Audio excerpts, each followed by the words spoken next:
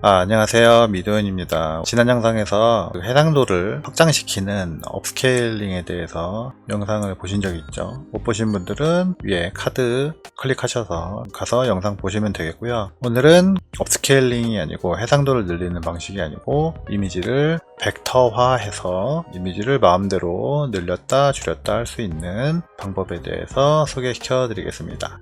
두 가지 방법이 있는데요. 기존에는 어도비의 일러스트레이터를 이용해서 간단하게 이미지를 추적을 해서 벡터화 시키는 방법이 있었죠. 하지만 이번에 인공지능으로 벡터화하는 기술이 나왔습니다. 어떤 점이 다르고 장단점이 있는지를 한번 확인해 보도록 하겠습니다. 일단은 모르시는 분들을 위해서 벡터화하는 게 무엇인가에 대해서 한번 설명드리겠습니다. 자, 이미지를 벡터화 한다는 뜻은 레스터 이미지, 이것은 픽셀로 구성된 이미지입니다. 레스터 이미지를 벡터 이미지, 벡터 이미지는 수학 방정식으로 구성된 이미지입니다. 그렇게 벡터 이미지로 변환하는 과정을 말하는 겁니다. 간단하게 말씀드리면 레스터 이미지, 픽셀로 구성된 이미지를 수학 방정식으로 구성된 이미지로 바꾼다는 뜻입니다. 벡터 이미지는 모양, 선, 곡선, 그리고 색상을 수학적으로 정의해서 생성을 하는데요. 즉 벡터 이미지는 확대할 때 픽셀화되는 레스터 이미지와 달리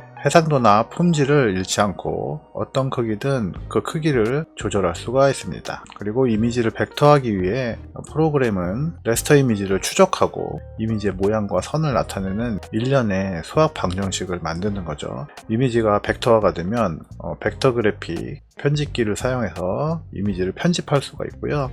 일러스트 같은 프로그램이죠. 이를 통해서 이미지의 개별 요소의 크기, 예를 들면 여기서 보시면 눈이면 눈, 팔이면 팔, 배경이면 배경, 이런 개별 이미지들의 크기와 색상, 모양 등을 마음껏 변경할 수가 있습니다. 그래서 벡터 이미지는 품질 저하가 없이 쉽게 크기를 조정하고 편집을 할 수 있기 때문에 아이콘이나 일러스트레이션, 로고 이런 것들을 만드는데 많이 사용합니다. 반면에 레스터 이미지는 이런 요소들을 따로따로 구별하지 않기 때문에 디테일하고 색상 변화가 많은 사진이나 복잡한 이미지 그런 것들에 많이 사용하겠죠. 로고나 엠블럼이나 애니메이션, 일러스트레이션 그런 것들에 많이 사용합니다. 그래서 오늘은 제가 이렇게 생긴 간단한 이미지를 가져와서 비교를 한번 해보겠습니다. 어도비 일러스트에서 하는 방식은 간단합니다. 이미지를 선택하고요. 위에 보시면 이미지 추적이 있습니다. 이미지 추적을 누르고 이렇게 변하죠. 왼쪽에 보시면 사전 설정에 보시면은 여러가지 옵션이 있습니다. 충실도가 높은 사진 이렇게 되고요. 충실도가 낮은 사진 약간 단순해지겠죠. 높은 사진보다 세 가지 색상, 색상을 세 가지로 만들어 주고요. 6가지 색상, 그럼 색상을 6개로 바꿔주고요. 저는 충실도가 낮은 사진으로 한번 해보겠습니다. 그래서 충실도가 낮은 사진으로 이렇게 옵션을 선택하고 나시고 확장을 누르시면요, 이렇게 파란색 선들이 보이시죠? 이 파란색 선들 하나하나가 다 개별 요소로 구별이 된 겁니다. 그리고 이건 아까 설명드렸다시피 벡터화 됐다는 거죠. 수학적으로 계산해서 선과 면으로 구성된 개별 요소로 구별을 시켜준 겁니다. 그래서 이렇게 확대를 한번 해보시면요, 이렇게 하나씩 집어보시면 이렇게 하나씩 집어서 이걸로 움직일 수도 있고요. 하나의 요소로 이렇게 구별이 되는 겁니다. 보시면은 이렇게 같은 색깔 한 가지 색상에서 한 가지 색상을 이렇게 잡아줬죠. 이렇게 요걸 이렇게 움직일 수가 있는 겁니다.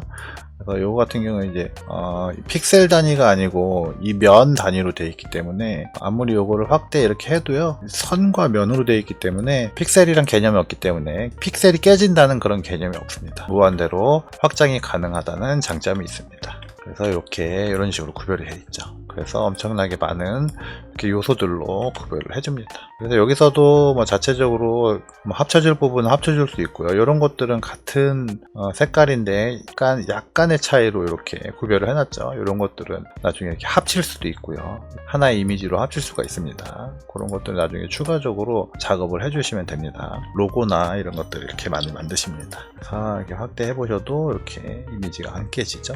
원본이랑 한번 비교를 해보시면요, 원본보다 약간 색깔이 단순화되어 있긴 하지만 확대를 해보시면은 이 원본 같은 경우는 이렇게 네모난 거 하나하나가 픽셀이거든요. 이 픽셀이 이렇게 확대가 되면서 그림이 좀 깨진다는 표현을 하죠. 확대가 되면 이렇게 됩니다. 하지만 벡터화한 그래픽 같은 경우는 아무리 확대를 해도 이렇게 면으로 구성되어 있기 때문에 깨지지가 않죠. 이렇게 갈라지지가 않는다고 표현해야 되나요? 이렇게 잘 아시겠죠? 하지만 대신 조금 단순해졌다는 거, 이렇게 비교해 보실 수 있습니다. 일러스트로 벡터화하는 거는 확인해 보셨고요. 그 다음에 이번에 새로 나온 그 AI를 활용해서 이 원본 이미지를 벡터화하는 방법을 한번 소개시켜 드리겠습니다. 그런 다음에 여기 일러스트로 만든 벡터 이미지와 AI가 만든 벡터 이미지 어떤 차이가 있는지 한번 살펴보겠습니다. 자, 그래서 여기는 vectorizer.ai 베타 버전이고요. 아직까지는 베타 버전이기 때문에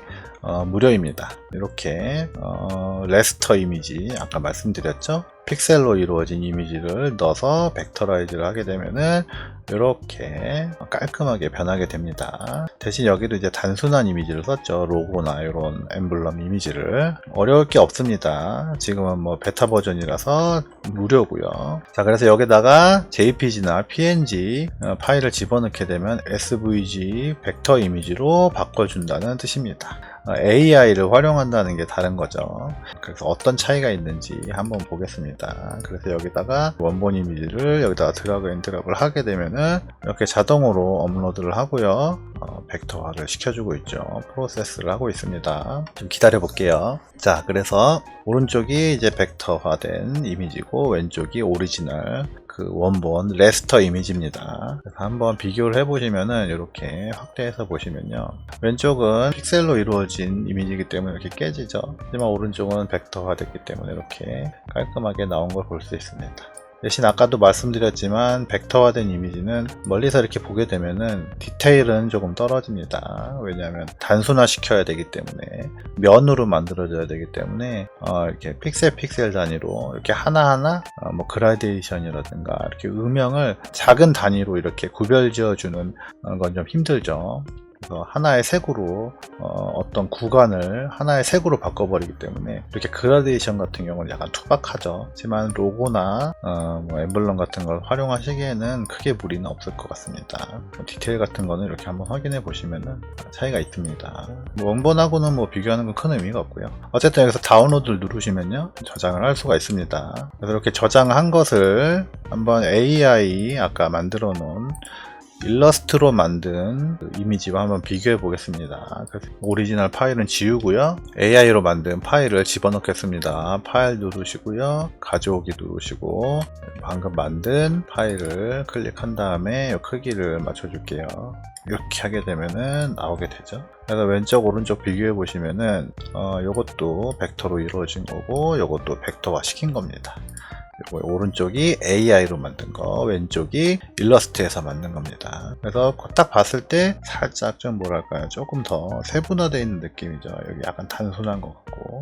그래서 그걸 확인하는 방법은 이렇게 일러스트로 만든 것이 훨씬 더 복잡하고 많습니다. 이렇게 두 개를 동시에 선택해 보시면요, 일러스트는 이렇게 파란색 구분 여기까지도 다 구별을 해줬죠. AI 같은 경우는 이쪽은 하나의 요소로 인식을 하고 하나로 만들어졌죠. 일러스트가 조금 더 복잡하고 조금 더 자세하게 좀 더 디테일하게 구별을 해줬다면 AI는 조금 단순하게 해준 것 같습니다. 그래서 뭐 장단점이 있다면은 AI는 단순하긴 하지만 뭐 추가적으로 후에 추가로 수정할 작업이 좀 적어질 것 같긴 하고요.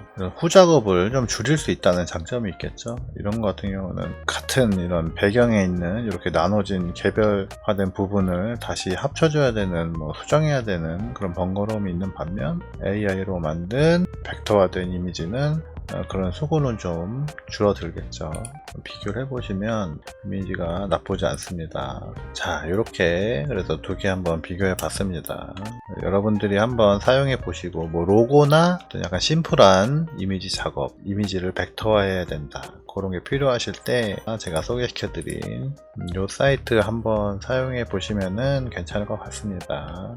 사용법도 단순하고요, 아직까지 무료니까요, 한번 와서 사용해 보시고, 벡터라이즈 하는 거는 앞으로 굉장히 그 이미지 쪽에 작업을 하실 분들은 굉장히 많이 쓰일 겁니다. 그러니까 업스케일러 몇 개 소개시켜 드렸을 때 또 보시면 아시겠지만 약간 이미지가 원하지 않는 쪽으로 좀 변하는 경우도 있고요, 무한히 확대되는 건 아니겠죠.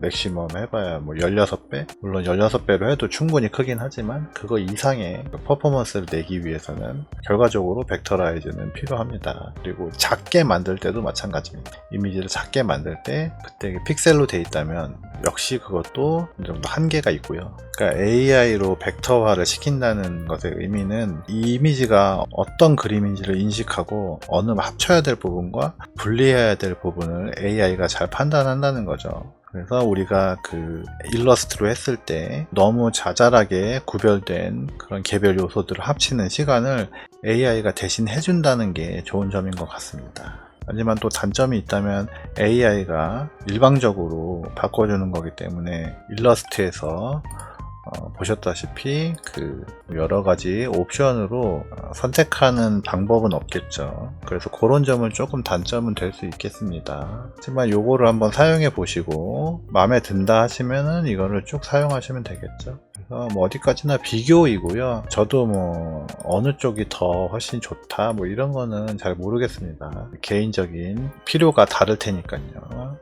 조금 더 디테일하고 조금 더 많은 옵션으로 자유롭게 좀 하고 싶다 그러면은 뭐 여전히 일러스트가 괜찮은 선택일 거고요. 나는 어차피 이미지가 그렇게 복잡하지 않고 빨리빨리 하고 싶다 그러신 분들은 이렇게 AI 이미지 이 툴을 사용하시면 되겠습니다. 일러스트는 이거 쓰려면 또 요금을 내야 되니까요, 그 점도 고려 대상이 되겠고요. 그리고 이 일러스트 방식으로 벡터화 시키는 사이트는 무료로 하는 곳은 많이 있습니다. 그것하고도 한번 비교해 보시면 되겠습니다.